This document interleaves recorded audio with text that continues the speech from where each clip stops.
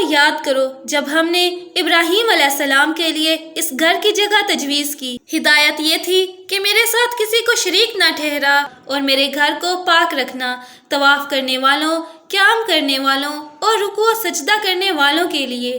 عرب کے لوگ حضرت ابراہیم علیہ السلام کا دین چھوڑ چکے تھے، ان کا پیغام بھول چکے تھے، مورتیوں کی پوجا کرنے لگے تھے، لیکن قریش کے کچھ لوگوں کو اس گمراہی کا احساس ہوا۔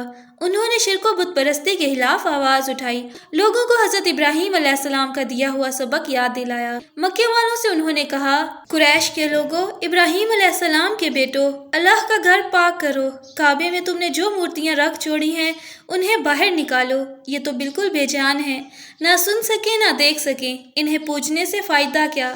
تم ان کا طواف کرتے ہو، ان پر چڑھاوے چڑھاتے ہو، ان کے نام کی قربانیاں کرتے ہو۔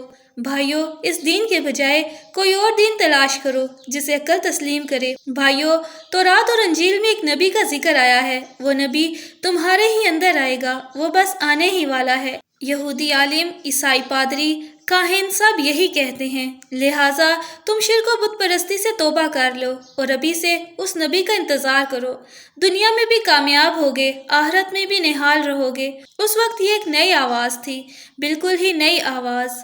قریش کے کان کھڑے ہو گئے کہ یہ کون لوگ ہیں؟ دیکھتے ہیں تو عمر بن نفیل کے بیٹے زید ہیں، نوفل کے بیٹے ورقہ ہیں، حارث کے بیٹے عثمان اور حجش کے بیٹے عبیدہ ہیں۔ یہ سب اپنی قوم کی بزرگ اور قابل قدر ہستیاں تھیں، سب لوگ ان کی عزت کرتے۔ ہر شخص جانتا تھا یہ چاروں آدمی دین ابراہیمی کے پیرو ہیں، یہ شراب اور جوئے سے کوسوں دور ہیں، بت پرستی سے سخت بیزار ہیں، بیچاری لڑکیوں کے لیے سراپا رحمت ہیں۔ اگر سن لیتے ہیں کوئی شخص اپنی معصوم بچی کو زندہ گاڑنے جا رہا ہے، چاہے مفلسی اور تنگ دستی کے ڈر سے یا باعث ننگ و عار سمجھ کر، تو یہ فوراً جا کر اسے ہر قیمت پر حاصل کر لیتے ہیں اور خود اس کی پرورش کرتے ہیں۔ جوان ہو جانے پر باپ کی طبیعت راغب ہو تو اسے واپس بھی کر دیتے ہیں۔ یہ سب کچھ صحیح، لیکن بلا قریش کو یہ کب گوارا ہو سکتا تھا کہ یہ لوگ ایسی نامانوس صدا بلند کریں؟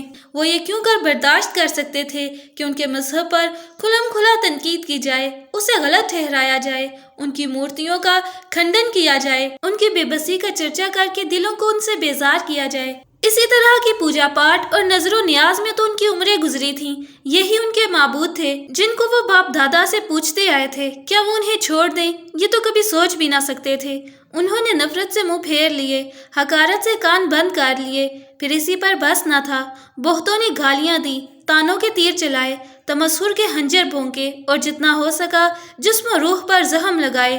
اسی طرح ایک زمانہ گزر گیا، کوئی تو ہجرت کر گیا، کوئی عیسائی ہو گیا، دین ابراہیم پر صرف زید رہ گئے۔ وہ کعبے کی دیوار سے لپٹ لپٹ کر روتے اور کہتے، خدایا اگر میں جانتا تجھے کون سا طریقہ پسند ہے تو میں اسی کو اپناتا، مگر مجھے نہیں معلوم۔ پھر بے اختیار سجدے میں گر پڑتے۔ چاروں بزرگوں نے اپنے عقیدہ کا اعلان کر دیا، انہوں نے جو سمجھا صاف صاف بیان کر دیا۔ اس پر قریش نے خوب مذاق اڑایا۔ وہی لوگ جو اب تک خوبیوں میں بے مثال تھے، شرافت اور انسانیت کا معیار تھے، انہی میں اب کیڑے ہی کیڑے دکھائی دینے لگے، عیب ہی عیب نظر آنے لگے۔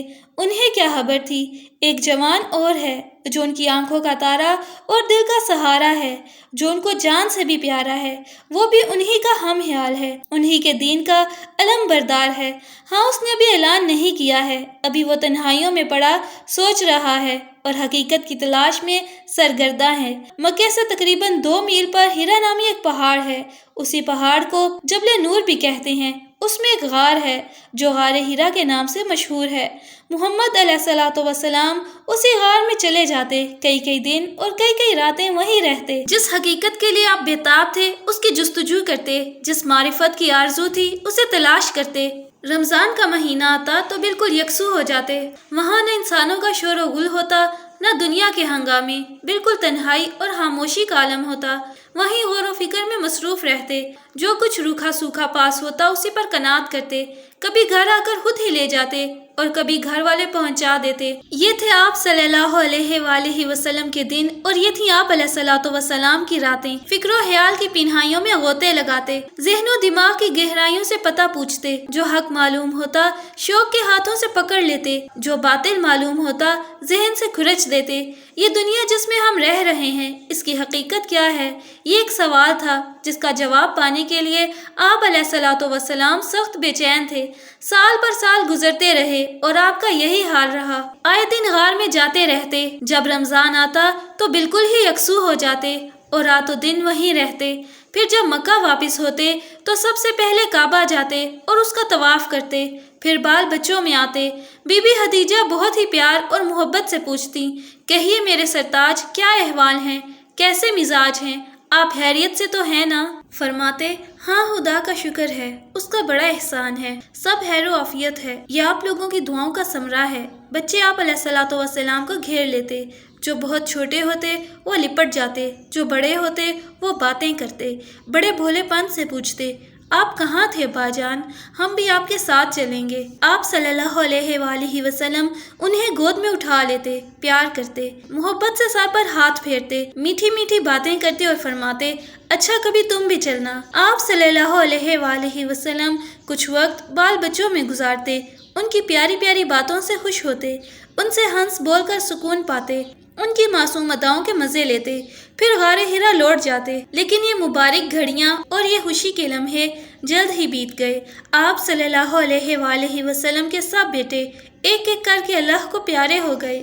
قاسم، طیب اور طاہر سب اللہ سے جا ملے، زخم پر زخم لگتے رہے، لیکن آپ صلی اللہ علیہ وآلہ وسلم صبر کرتے رہے۔ بچپن میں تو یتیمی کا دکھ اٹھایا، بڑے ہوئے تو جگر گوشوں کا غم کھایا۔ اب آپ کے بس بیٹیاں رہ گئیں۔ بیٹیاں 4 تھیں، زینب، رقیہ، ام کلثوم اور فاطمہ۔ زینب جوان ہوئی تو ان کی شادی ابو العاص سے ہو گئی، یہ بی بی خدیجہ کے بھانجے اور ربیع کے بیٹے تھے۔ پھر رقیہ اور ام کلثوم کی شادی عتبہ اور عتیبہ سے ہو گئی، یہ دونوں ابو لہب کے بیٹے تھے۔ آپ صلی اللہ علیہ وآلہ وسلم کے ساتھ بس فاطمہ رہ گئیں، پیاری اور ننھی فاطمہ۔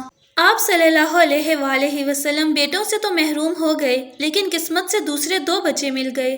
اب وہ دونوں آپ علیہ الصلوۃ والسلام کے بیٹے تھے اور آپ ان کے باپ۔ بی بی خدیجہ کے ایک بھتیجے تھے، حکیم بن حزام۔ ایک روز بی بی خدیجہ ان سے ملنے گئیں، واپس ہوئیں تو ایک غلام بھی ساتھ لائیں۔ غلام بہت خوبصورت تھا، ناز و نعمت کا پروردہ تھا۔ یہ کیسا بچہ ہے خدیجہ؟ آپ صلی اللہ علیہ وآلہ وسلم نے اس بچے کو دیکھتے ہی سوال کیا۔ خدیجہ، حکیم، جو میرے بھتیجے ہیں، شام سے کچھ غلام لائے تھے، ایک مجھ کو بھی دے دیا۔ محمد صلی اللہ علیہ وآلہ وسلم، باخدا اس کے چہرے پر تو شرافت کی چمک ہے، عقل اور ذہانت کے آثار پوری طرح نمایاں ہیں۔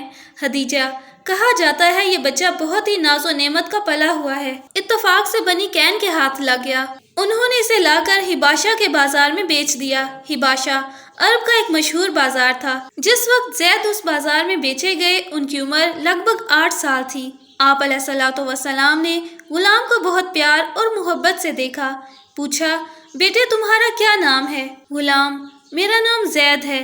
محمد صلی اللہ علیہ وآلہ وسلم، اپنے باپ دادا یا اپنے قبیلے خاندان کا کچھ عطا پتہ بتا سکتے ہو؟ غلام، میرے والد کا نام حارثہ ہے، دادا کا نام شرحبیل ہے، پر دادا کا نام کعب ہے، میری ماں کا نام سعدی ہے، وہ صوبلا کی بیٹی ہیں اور قبیلہ تئی سے ہیں۔ آپ علیہ الصلوۃ والسلام نے بی بی خدیجہ سے فرمایا، کیا اب یہ غلام میرا نہیں ہے؟ ہاں ہاں، کیوں نہیں، میرے چچیرے بھائی، اب یہ آپ ہی کا ہے۔ خدیجہ نے عادت کے مطابق بڑی محبت سے جواب دیا۔ آپ علیہ الصلوۃ والسلام نے اسی وقت غلام کو آزاد کر دیا اور اپنا بیٹا بنا لیا۔ پھر غلام کے ماں باپ کے پاس اطلاع بھیج دی کہ ان کو اطمینان ہو جائے، ان کا بیٹا خیریت سے ہے۔ اطلاع پاتے ہی زید کے باپ اور چچا مکے آ گئے۔ انہوں نے آپ صلی اللہ علیہ وآلہ وسلم سے درخواست کی، ہم سے منہ مانگے دام لے لیجئے، بیٹے کو ہمارے ساتھ جانے دیجئے، اس کے علاوہ کوئی اور شکل بھی تو ہو سکتی ہے۔ آپ صلی اللہ علیہ وآلہ وسلم نے محبت آمیز لہجے میں ارشاد فرمایا، کوئی اور شکل کیا ہوگی؟